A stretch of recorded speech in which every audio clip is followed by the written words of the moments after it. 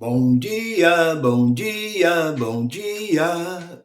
Hoje estou tão feliz. Bom dia, bom dia, bom dia. O coração é quem diz. Bom dia, bom dia, bom dia. Vamos juntos cantar. A natureza é tão bela que nos ensina a amar. Bom dia, bom dia, bom dia, povo abençoado, povo da graça.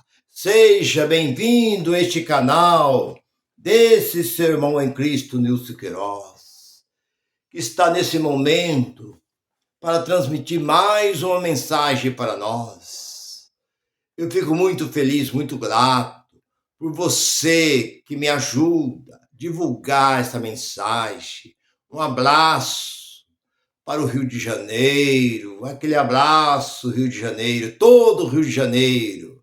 Um abraço para Curitiba, os irmãos lá de Curitiba. Um abraço para o povo do Norte, de todo o Norte. Um abraço para Caetité, a cidade onde eu tenho uns irmãos que estão me acompanhando lá em Caetité, na Bahia, a cidade onde eu estive ali por 2 vezes. Lá no Maranhão, Imperatriz, Santa Inês, Bacabal. Estive em toda essa São Luís, passei por todos esses lugares. Seja bem-vindo a este canal. E eu tenho uma mensagem para todos nós, meus irmãos. E o título da mensagem é essa: quando é que Cristo virá? Quando é que Cristo virá? Never. Nunca. Mas por que, irmão Nilson? Porque não tem lógica você esperar algo que não tem como. Ainda que você queira, não tem como. Porque se dizem tanto sobre a volta de Cristo. É muito comentado dentro dos movimentos protestantes sobre a volta de Cristo. Mas a rainha Elizabeth, que faleceu, parece agora em 2022, ela disse quando ela tinha seus 6 anos de idade, ela já ouvia falar que Jesus estava voltando. E ela morreu agora com acho que 97, 98 anos. E a palavra continua a mesma, Jesus está voltando. Então Jesus virá. Ah, como? Eu te dou mensagem, Jesus virá, mas como ele virá?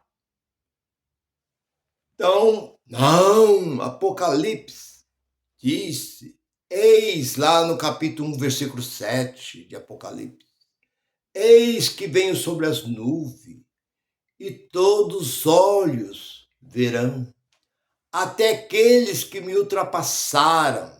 Para quem não sabe, me ultrapassaram com a lança, quando ele estava na cruz, que já tinha morrido.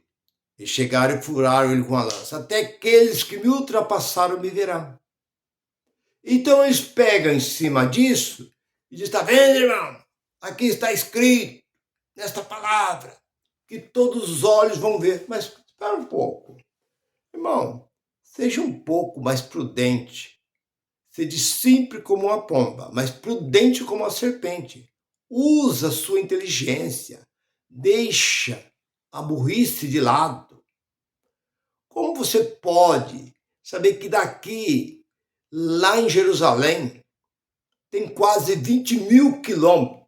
Como é que você daqui você vai enxergar, vai ver essas coisas? E quando ele falou isso para Jerusalém.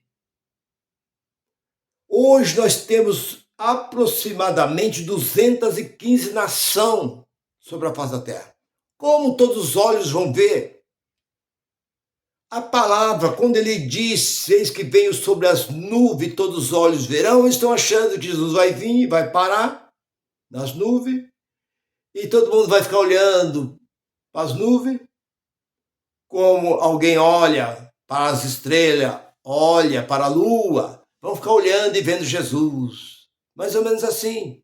É o que muitos imaginam. Mas quando Jesus diz, eis que venho e todos os olhos verão os sinais que ia acontecer antes dele vir. Antes de Jesus vir, todas as pragas, as maldições que está em Deuteronômio, capítulo 28, do versículo 15, o versículo 16 ali em diante, já está ali as pragas, as maldições que Deus tinha já determinado para Jerusalém antes da sua vinda. E quando ele subiu, ele diz para o povo galileu, o povo judeu, varões, ali no capítulo 1 e 11 de Atos, varões galileu, disse os anjos, que se puseram à direita e à esquerda dele enquanto ele subia. Esse mesmo Jesus que dentre vós, bem claro, dentre vós quem? Quando fala vós, é para nós, ele estava dizendo isso. Dentre vós foi tirado. Ele há de voltar assim como para o céu visse subir. E ele veio. Ele veio em juízo. Ele veio em espírito. Esses olhos nossos podem ver espírito? Ele veio em espírito, levou os espíritos que estavam nos túmulos. Como vai ver? Quando ele disse, todos os olhos verão, até aqueles guardas que estavam na cruz aquele dia, certamente naquele tempo, era talvez homem, porque pelo que as histórias nos contam, ele foi crucificado no ano 33, no ano 70, 37 anos, 36 anos e meio mais ou menos, ele veio. Quer dizer, se aqueles que estavam ali tinham seus 30 anos, 30 e poucos anos, eles viram os sinais. Jerusalém sendo cercado, 21 de Lucas, versículo 20 ao 24. Você vai ali, você vai entender. Roma cercou Jerusalém e começou ali todos os escândalos, todo tipo de coisa. Por isso que ele diz assim, quem estiver na cidade, mas que cidade? Cidade de São Paulo? Quem estiver na cidade do Rio de Janeiro, cidade de Nova York? Quem estiver na cidade, fuja para os montes. E quem estiver no monte, que não entre na cidade. De que cidade que ele falava isso? Então isso, meu irmão, está bem claro. Tudo apontava para Jerusalém. A cidade maldita, Jerusalém. Pare com esse negócio de chamar a cidade, Jerusalém cidade abençoada. Foi o lugar onde morreu mais, onde eles mataram mais profetas e sacerdotes. Jesus nos disse no capítulo 11, 49 ao 51 de Lucas, Deus pedirá conta dessa geração. Deus pedirá conta desde o sangue de Abel, que foi derramado lá por Caim, até o sangue de Zacarias, o sacerdote que foi morto entre o templo ali, o altar. Deus pedirá conta de quem? Para quem que Jesus estava dizendo isso? Para esta geração. Deus pedirá conta um dia, não, para esta geração. Dali 37 anos, aconteceu. Então como? Ele vai vir. Nós estamos esperando. Agora vamos lá, irmão. Para você poder entender, você sabe que Deus, o próprio apóstolo Paulo foi bem claro. Vocês acreditam em três deuses? Eu preguei muito sobre isso. Eu preguei sobre três, que eu aprendi. Pai, Filho e Espírito Santo. Isso são títulos. São títulos que não se deve permanecer falando sobre isso. Eu vi muitos camaradas, glorificado é o nome do Pai, glorificado é o nome do Filho, glorificado é o nome do Espírito Santo. Como glorificado seja o nome? Como? Se existe um só. O apóstolo Paulo foi bem claro. Lá no capítulo 4, versículo 5 de Efésios. Existe um só Senhor. uma só fé e um só batismo. Então vamos lá. Quando ele diz que existe um só Senhor, então não existe esses três conforme se pregam por aí. Porque eu cheguei a pregar muitas vezes que três e um em três. Aí eu fazia comparação, eu era professor, superintendente da escola dominical, e eu dizia, sabe por quê, irmão? Eu vou fazer uma comparação aqui, um ovo é um, não é? É. Se você quebrar ele, forma três, clara, gema e a casca. Se você unir ele de novo, forma um. Ah, é.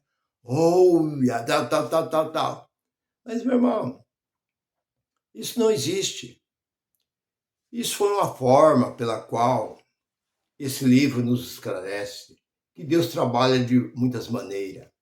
No mesmo tempo, aí você pode falar, mas irmão Nilson, mas quando Jesus foi batizar lá no Jordão, ali estava Jesus.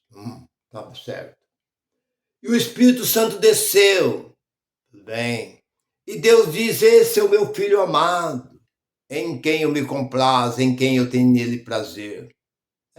Tá bem. Estevão olhou, lá no capítulo 7, acho que versículo 15 de Atos. Estevão olhou para o céu. Eis que vejo o céu aberto e vejo Jesus Cristo à direita do Deus Todo-Poderoso. Agora como? Você fala que só existe um. Mas, irmão, Deus não é onipotente? Deus não é onipresente? Ele não pode estar presente aqui, presente no céu? Ele não pode todas as coisas? Ele pode todas as coisas. Então isso é uma manifestação de Deus. Porque Deus, no início, ele se apresenta como Deus Todo-Poderoso. Eu sou. Foi o que ele disse para Moisés. Eu sou o Deus dos seus pais, Abraão, Isaac e Jacó.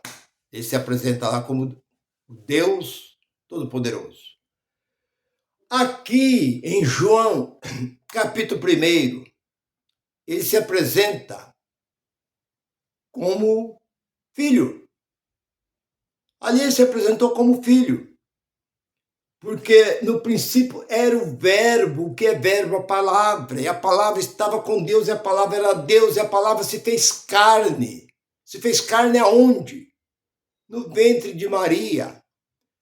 O Espírito Santo se revestiu, porque o anjo Gabriel disse para Maria, eis que em teu ventre conceberás e tu darás à luz um filho, e o seu nome será Jesus. Foi isso que aconteceu. Então tinha que cumprir. Jesus era o mesmo Deus que estava em Jesus. Foi por isso que ele diz,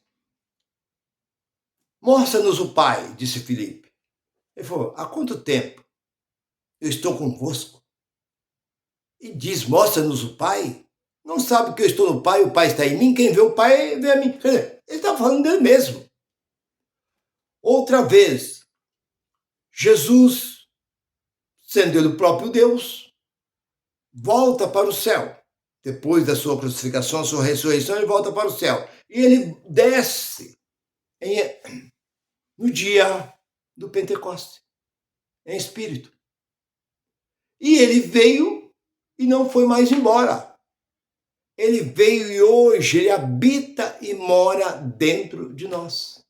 Então não existe. Então agora você está entendendo que quando diz ali, segundo Coríntios 3:17, o Senhor é o, não é um Espírito. Ele diz, o Senhor é o Espírito. E aonde há o Espírito de Deus, ali há liberdade. E esse Espírito está onde? Ele está dentro dos seus. Aquele pela qual Deus já separou, escolheu, justificou e santificou, predestinou antes da fundação do mundo. Romanos 8, 29, 30. Você vai encontrar isso. Então, o Espírito de Deus está dentro dele. 1 Coríntios capítulo 3, versículo 9, versículo 16. O Espírito está dentro. E se você olha para o capítulo ali 8, versículo 16, que o Espírito Santo habita no Espírito, ele não habita na carne, essa carne não vale nada, essa carne vai virar terra, habita no Espírito, e esse Espírito torna para Deus. Então, para terminar, você vai me entender. Se Deus hoje mora em nós, como é que ele pode voltar? Como voltar para buscar se ele já está em nós? Então, quando você deixar esse corpo, que esse corpo tombar, o apóstolo Paulo fala no capítulo 5 de 1 Coríntios, é levado diretamente a ele. Porque essa vinda que ele falou já aconteceu no ano 70, quando o templo foi derrubado. Ele buscou o Espírito, aqueles que nele aguardava e esperava. Mas hoje, para o gentil, a promessa é outra. Agora fica aí você vivendo de enganação, de mentira, mentira, mentira, que estamos esperando Jesus voltar. Por que quando você fica doente, corre para o hospital? Por que esses pastorzão grandes têm um medo danado de morrer? Anda cercado de segurança. Por quê? Medo do que eles têm?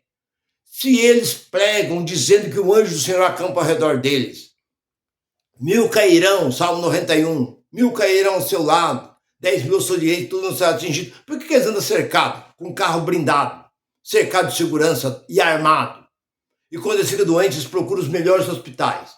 Por que eles não vão? Opa, chegou a hora de eu ir lá encontrar com o apóstolo Paulo, o rei Davi, vou ver Salomão, vou ver ali Abraão, Isaac, Jacó, conformemente, lá você não vai ver nada, porque a própria palavra diz, morrendo o homem, ele deixa de existir.